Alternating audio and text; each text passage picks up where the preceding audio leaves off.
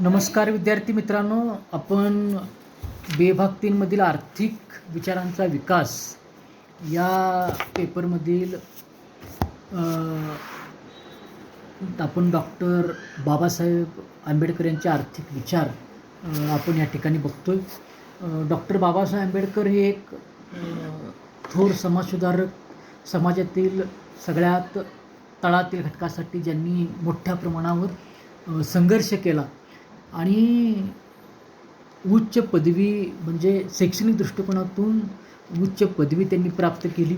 त्याचबरोबर त्यांनी अर्थशास्त्रीय विचार जे आहेत ते सुद्धा मांडले. म्हणजे त्यांची PhD असेल किंवा त्यांचं ग्रॅज्युएशन असेल हे त्यांनी अर्थशास्त्र ह्या विषयामध्ये केली, पण त्यांनी LLB केलं. आजही त्यांचे आर्थिक विचार जे आहेत ते आर्थिक विचार भारतीय अर्थव्यवस्थेमध्ये उपयोगी पडणारे किंवा भारतीय अर्थव्यवस्थेला लागू होणारे असे आर्थिक विचार आहेत. डॉक्टर बाबासाहेब यांचा जन्म 1891 झाला.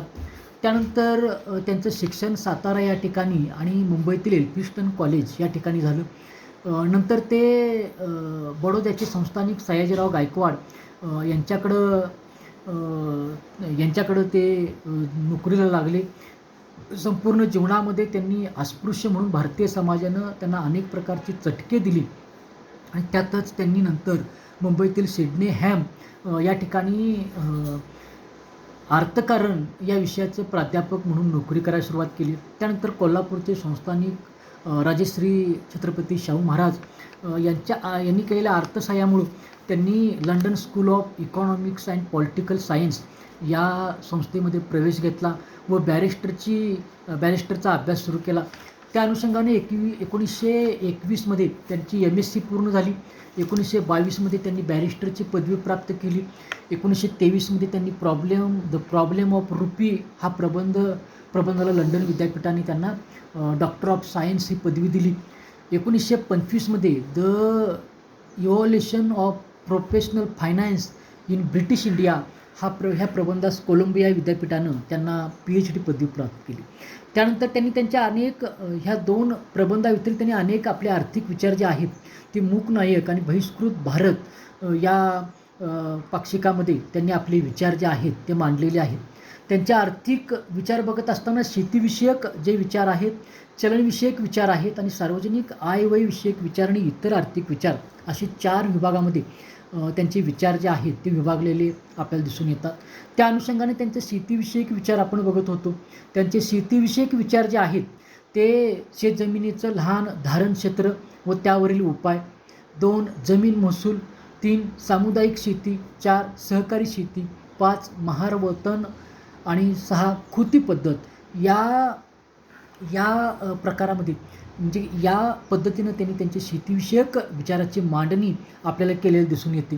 त्यातील आपण पहिला पॉईंट बघितला भारतातील धारणक्षेत्र आणि त्यावरील उपाय. म्हणजे ह्या धारणक्षेत्र आकारमान लहान आहे कारण लोकांना रोजगाराची संधी नाही आणि त्याच्यावर उपाय त्यांनी सांगितलेला आहे तो म्हणजे औद्योगिकरणाशिवाय त्या ठिकाणी शेतीतील धारणक्षेत्र जे आहे, विखंडन जे आहे ते कमी होणार नाही त्यांनी मांडलं. त्यानंतर त्यांनी औद्योगिकरण खात्रीशीर उपाय सांगितला आणि दुसरा पॉईंट त्यांनी जमीन महसुलाविषयी आपले विचार मांडले. उत्पन्नावर जमीन महसूल आकारणं अन्यायकारक आहे असं डॉक्टर बाबासाहेब आंबेडकर यांचं मत होतं. सर्वांकडून सरसकट कर वसूल करणं योग्य नाही असं त्यांचं मत होतं. तर महसूल संहितेच्या 107 कलम रद्द करून जमीन महसूलसुद्धा प्राप्तिकराच्या म्हणजे इन्कम टॅक्सच्या कक्षेत आणला पाहिजे असं त्यांनी त्यांचं मत मांडलं होतं किंवा विचार मांडला होता. त्यानंतर त्यांनी सामुदायिक शेती यावर आपले विचार मांडले की ज्या जमिनी आहेत त्या जमिनी सरकारनं आपल्या ताब्यात घ्याव्यात आणि त्या जमिनी शेतकऱ्यांना, कसणाऱ्या शेतकऱ्यांना द्याव्यात आणि सामुदायिक शेतीचा त्या ठिकाणी प्रयोग करावा. त्यासाठी सरकारनं सामुदायिक शेतीबाबत काही मार्गदर्शक तत्त्व निश्चित करावीत. जमीनदार, कुळ, शेतमजूर, जातपात यांचा भेदभाव नष्ट करून सर्व ग्रामस्थांना शेतीमध्ये सामावून घ्यावं. शेती उत्पादनाचा योग्य हिस्सा सरकारला देऊन उरलेले उत्पन्न ग्रामस्थांनी वाटून घ्यावे हे डॉक्टर बाबासाहेबांनी सांगितलं. त्यानंतर या सामुदायिक शेतीमध्ये शासनाचा काय अधिकार असेल तर शेती उत्पादनावर शेतचारा जमीनदारांना द्यावीची नुकसान भरपाई व सरकारने पुरवलेल्या भांडवलाचा वापर यासाठी सरकार कर बसवू शकेल. सामुदायिक शेतीच्या अटीचा भंग करणाऱ्यास योग्य शिक्षा करता येईल. त्याचबरोबर या योजनेला डॉक्टर बाबासाहेब आंबेडकरांनी शासकीय समाजवाद असं नाव दिलं आणि त्यांची इच्छा अशी होती की हे राज्यघटनेमध्ये ह्याचा म्हणजे शासकीय समाजवाद ह्याचा राज्यघटनेमध्ये भारताच्या राज्यघटनेमध्ये समावेश व्हावा. त्यानंतर त्यांनी सहकारी शेतीविषयी आपले विचार मांडले.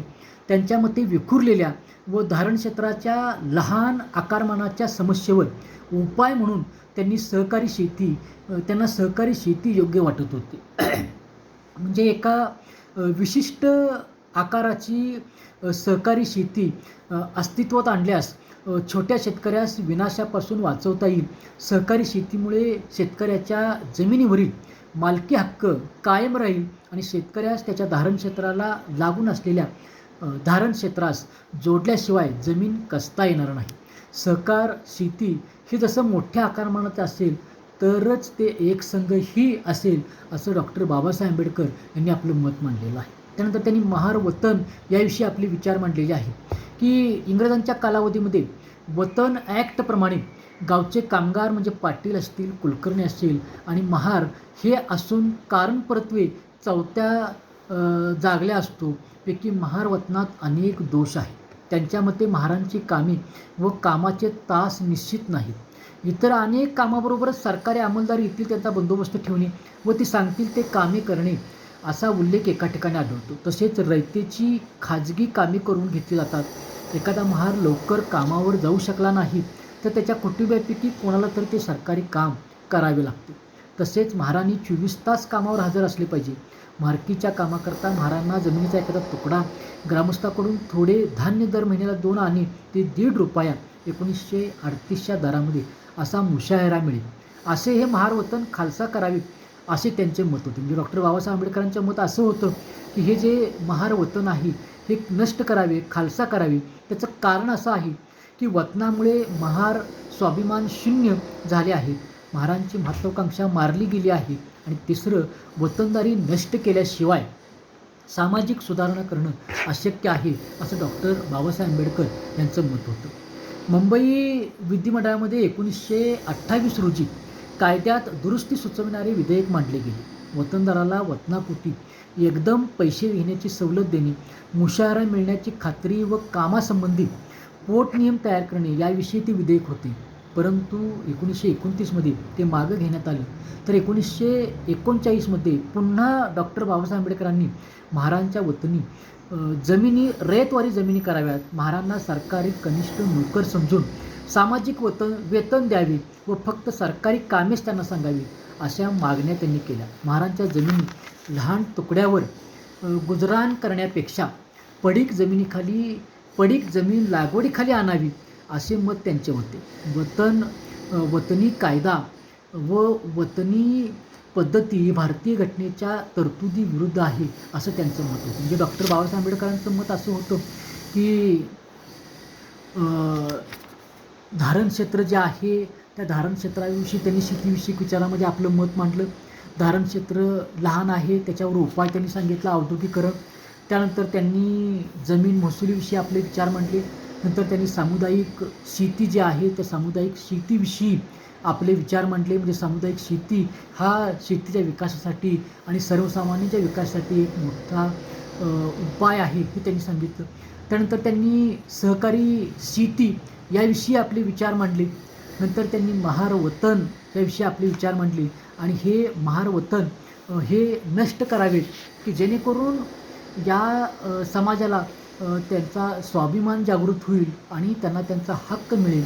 त्यांना सरकारी नोकर समजावे, म्हणजे त्यांना सरकारी नोकरीमध्ये समावेश करून घ्यावा असं त्यांनी आपलं मत मांडलं. आणि त्याचबरोबर वतनी पद्धती हा भारतीय घटनेच्या तरतुदीच्या विरुद्ध आहे असं त्यांचं त्या ठिकाणी मत होतं. तर अशा पद्धतीनं त्यांनी आपलं शेतीविषयक विचार मांडले आणि त्याच्यामध्ये शेवटचा पॉईंट जो आहे तो कृती पद्धती हा आपण पुढच्या तासाला बघणार आहोत. धन्यवाद.